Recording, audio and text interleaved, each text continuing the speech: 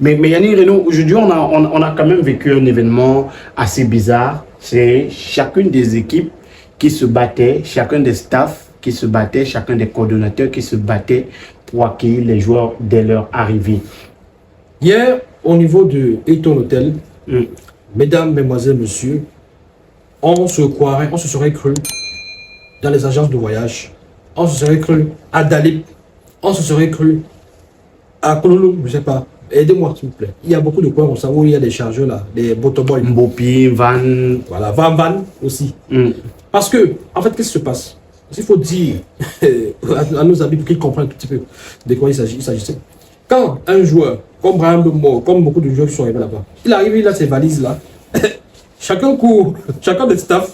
C'est-à-dire que le staff de l'Africa Foot est de côté, avec les Benoît Angwa, le staff de Minicep, voilà, Benjamin Ballon, il ne vient pas là, il est de côté, il n'est pas... Non, mais on l'a quand même vu. Mais on l'a vu, parce qu'il...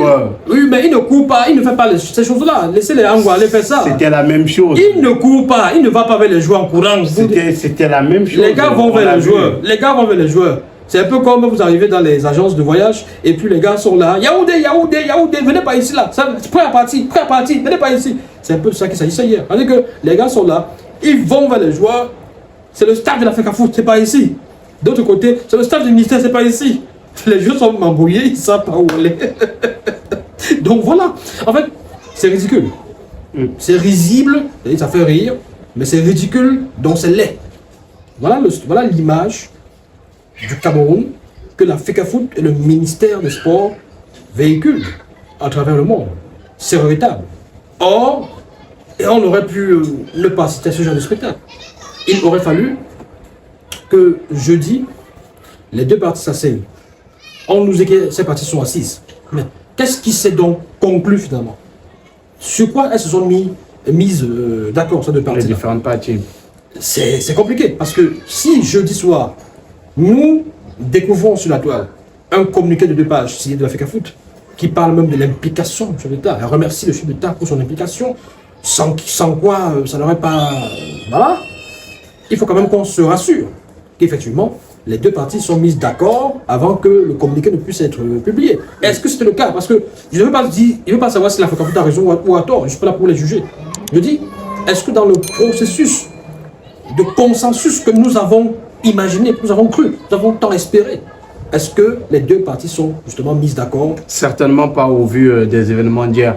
Mais maintenant, on a également remarqué le départ du staff de la Fédération camerounaise de football. Avec le sac d'eau. Oui, chaque membre de ce staff-là qui ont quitté les lieux. Benoît Ambois qui avait son sac d'eau. Voilà. Chacun des membres a quitté les lieux, a quitté l'hôtel Hilton. Samuel Eto'o a-t-il perdu cette bataille? C'est la question qu'on se pose. A-t-il perdu son bras de fer contre le ministère des Sports? Si moi m'avait posé la question de savoir si Samuel Eto'o a perdu cette guerre, j'aurais dit non, pas encore. Mais la bataille, oui. Mais à l'image du général de Gaulle, qui est retranché dans son camp, du côté, dans sa cachette, ça va être comme ça. Cette fois-ci, Eto'o au Cameroun. Vous le disiez quand il était dehors, mais il est sur place actuellement. Il n'est pas à l'hôtel Hilton. Non, c'est pas son rôle d'aller porter le sac de Ce n'est pas le rôle du général de Gaulle aussi d'aller sur le front de guerre. Oui. Je fais un parallèle qui a tout son sens. Vous nous dire qu'il devait être, Samuel Eto'o devait être au Hilton, non, je dis que, sur le champ de bataille. Non, c'est pas ça. À l'image du général de Gaulle, qui était à Londres, et qui a même fait une communication sur la BBC, il me semble, c'était en 44 ou 45 par là, où il a motivé ses troupes. C'est-à-dire, il a poussé les gars, il leur a dit, la France a certes perdu une bataille, mais elle n'a pas perdu la guerre. Voilà, c'est ce qu'il avait dit. Donc, à l'image du général de Gaulle, vous avez Samuel Eto'o fils, qui est dans son coin. On s'est passé à Yaoundé encore, où il est à Douala, parce qu'il y a des indiscrétions qui disent que le gars, il est quelque part là à Douala, il vous appelle le téléphone, il vous dit c'est comment, il y a quoi. Bon, je n'ai pas dit que c'est le cas, moi je ne sais pas. Donc, à l'image du général de Gaulle, Samuel Eto'o fils, il gère les opérations à distance. C'est ce que je voulais dire. Il gère les opérations à distance. Donc, est-ce que c'est déjà terminé? Il faut savoir qu'il y a également la bataille de la FIFA. La FIFA observe ça d'un œil assez particulier et attentif. attention. Et on parlera d'ailleurs de cet aspect-là. Parce qu'à la dernière minute, c'est pourquoi je dis. C'est à la FECAFOOT d'envoyer la liste même du staff à la FIFA. Oui. Voilà. Oui. On parlera de cet aspect-là. Maintenant, on a également remarqué un fait assez surprenant. On a l'impression que certains joueurs étaient appelés à l'avance et ils savaient quel staff allait les accueillir. Parce qu'on a vu sur certains joueurs, c'était les deux staffs qui se bousculaient, mais certains joueurs étaient accueillis par des staffs bien spécifiques. D'autres par la FECAFOOT uniquement, d'autres par le MINICEP uniquement. Est-ce que les joueurs dans cette bataille également ne sont pas divisés? Oui, parler de division de la part des joueurs. Ou alors, est-ce que les joueurs ont fait un choix le choix peut-être pour le staff de Marc-Brice ou le staff du MINICEP de la FECAFOOT. Non. Parce que le staff de Marc-Brice, le staff du MINICEP. Il faut quand même dire quelque chose, c'est que on parle là de l'État. On parle là de l'État du Cameroun. Parce que à travers le ministère des Sports, il s'agit de l'État du Cameroun. Qui est représenté, qui est incarné par le ministère des Sports. Donc forcément, les joueurs savent très bien. On n'est même pas mieux placé que les joueurs pour connaître la réalité même du football camerounais. Les joueurs savent pertinemment qui paye, qui gère et qui commande. Là, c'est l'argument principal. Vous voulez qu'on ait quel argument? Vous voulez qu'on invente les arguments? Non, oui, les joueurs savent qui paye. Les joueurs savent, je répète, les joueurs savent qui paye, qui dirige et qui commande. Voilà.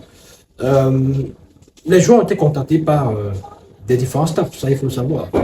Certaines rumeurs disent qu'on a le staff de la FECAFOOT qui a envoyé des invitations. Des plans de vol ont été gérés avec les différents joueurs, les différents staffs. Maintenant, mais les joueurs savent effectivement quelle est la situation au pays et qui a la main, qui commande effectivement. Et surtout, mais qui commande, et surtout, qui commande dans ce cas. Et surtout, qui est le coach? Oui, qui commande? Et le coach. Mais il n'y a qu'un seul coach. Il y a un seul coach. Tout le monde. Et le coach apparemment a pris position pour un temps. Et les joueurs par solidarité vis-à-vis du coach, qui est le patron, ou alors qui est le chef, c'est le patron là, qui est le chef, ils le suivent. Ils savent que c'est avec Marc-Brice, ils savent que c'est avec l'État du Cameroun, et c'est tout. Donc voilà, maintenant, si vous voulez vous poser la question de savoir s'ils se sentent mieux avec X ou avec Y, écoutez, il ne m'appartient pas de vous dire avec qui ils se sentent plus à l'aise, qui les fait plus jouir ou pas. C'est certaines informations. Maintenant, je vous donne quelques indices. Vous savez, quand vous avez fait 2-3 ans dans une tanière, vous êtes mieux placé pour savoir les véritables réalités de cette tanière-là. Vous êtes mieux placé pour savoir comment ça se passe, qui fait quoi souvent, qui ne vous permet pas de vous épanouir, ou qui vous empêche, ou alors qui vous nuit, ou alors qui, de temps à autre, ne se retrouve pas à sa place. À la place qu'il devrait. On a vu par exemple Faye Collins de belles accolades avec le staff de la Fédération camerounaise de football. C'est tout à fait normal. C'est ce qui pose. Mais on a aussi certaines indiscrétions qui nous disent que Choupo-Moting a préféré dormir en famille pour éviter d'être embarqué dans ces affaires-là. Bon, c'est peut-être parce qu'il devait se retrouver en famille. Vous savez, mais le rassemblement était hier. C'est là où je voulais en venir. Le rassemblement, c'était pas hier, ça. Oui, dimanche. Le deadline peut-être pour arriver dans la tanière, c'était hier. Et le stage commence donc ce lundi 3 juin. Il y a des joueurs qui ont pris des permissions, qui ont demandé la permission d'arriver encore un peu tard. C'est-à-dire, il y a des joueurs qui vont arriver ce lundi 3 juin. Donc, je pense que ce sera le deadline véritable, final, pour ces arrivées-là. Donc, je me dis que Choupo-Moting a peut-être choisi de rester un peu en famille avant d'arriver aujourd'hui dans la tanière. Mais cette histoire, ça met en exergue la division dans le football camerounais. Et nous avons quand même une certaine tristesse qui nous anime lorsque nous parlons. Il faut voir au-delà des reproches que nous faisons aux uns ou aux autres, au-delà des positions que nous prenons contre ou en faveur de telle personne ou telle personne, il faut voir au-delà de ça. Il faut voir aussi que nous sommes des humains et que quand ça ne va pas bien, quand ça se passe mal, nous tous nous sentons mal à l'aise. On n'est pas fiers de ce qui se passe actuellement dans la tanière de Lyon, entre la FECAFOOT et le ministère des Sports, tout ça. avec cette mobilisation de l'appareil de l'État, c'est-à-dire que quand même, hein, il faut dire la vérité, les gendarmes, policiers, ils étaient présents lors de l'arrivée des joueurs pour éviter que le staff de la FECAFOOT ne puisse être autorisé, ne puisse avoir accès et tout ça. C'est assez compliqué, raison pour laquelle à une certaine heure, Benoît Angoua et son staff, ils ont dû repousser chemin, ils sont rentrés parce qu'ils ne pouvaient pas avoir accès. Ce n'est pas évident, c'est des choses qui auraient pu se gérer en amont. C'est-à-dire que si ça avait été géré, ça démontre que jusqu'à présent, cette situation n'est pas gérée. Cette situation n'a pas été résolue comme le communiqué de la FECAFOOT a voulu nous le faire croire. Parce que si effectivement le chef de l'État a donné des instructions en faveur de la FECAFOOT, si le ministère des Sports persiste dans cette voie, ça voudrait dire que le ministère des Sports est dans une rébellion vis-à-vis du chef de l'État. Donc, c'est assez lourd, c'est assez compliqué. Donc, essayez de comprendre ce que ça veut dire. Ça veut dire que le ministère des Sports, à 17h, on pourrait avoir un remaniement. C'est qui est d'ailleurs annoncé par beaucoup. On pourrait peut-être voir moins le combi éjecté du gouvernement. Donc, est-ce qu'il n'est pas conscient de tous ces enjeux-là avant de prendre cette décision, avant de persister? Est-ce qu'il n'est pas conforté justement par le chef de l'État en personne dans cette voie et surtout par son proche collaborateur?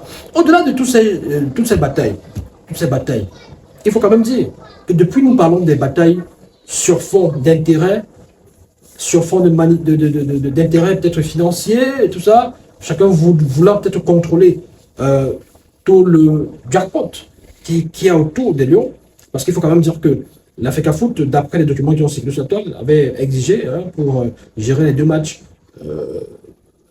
1 milliard pratiquement. Des documents qui ne sont pas vérifiés. Non, c'est pourquoi je dis que... Qui circulent sur la toile. Qui circulent sur la toile. Voilà, des documents d'après des documents qui circulent sur la toile, qui ne sont pas vérifiés. Voilà, mais dans le milieu, on nous dit que c'est... Voilà. Donc, vous comprenez que derrière ça, il y a beaucoup d'argent. Et la bataille aussi du pouvoir. Du pouvoir qui contrôle qui contrôle quoi, qui contrôle les lions, qui a le dessus sur qui.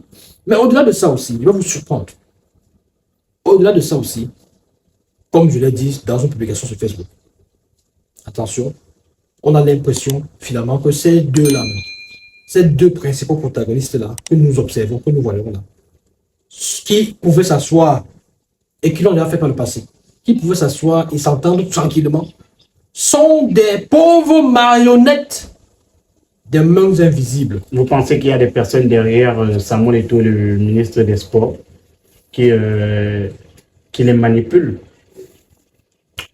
Comme on dit au quartier, viens prendre ma bouche. Merci Annie Renaud. Je vous en prie. Alors dans notre prochain contenu, on parlera de cette balade des Lions Indomptables qui a eu lieu ce matin. On parlera également du manque d'équipement qui est en train de se vivre en ce moment, la réaction de Marc Brice et d'autres joueurs de l'équipe nationale du Cameroun. Merci d'avoir regardé. Si vous êtes nouveau sur la chaîne, abonnez-vous, cliquez sur la cloche de notification et n'hésitez surtout pas à donner vos propres avis en commentaire. À très bientôt.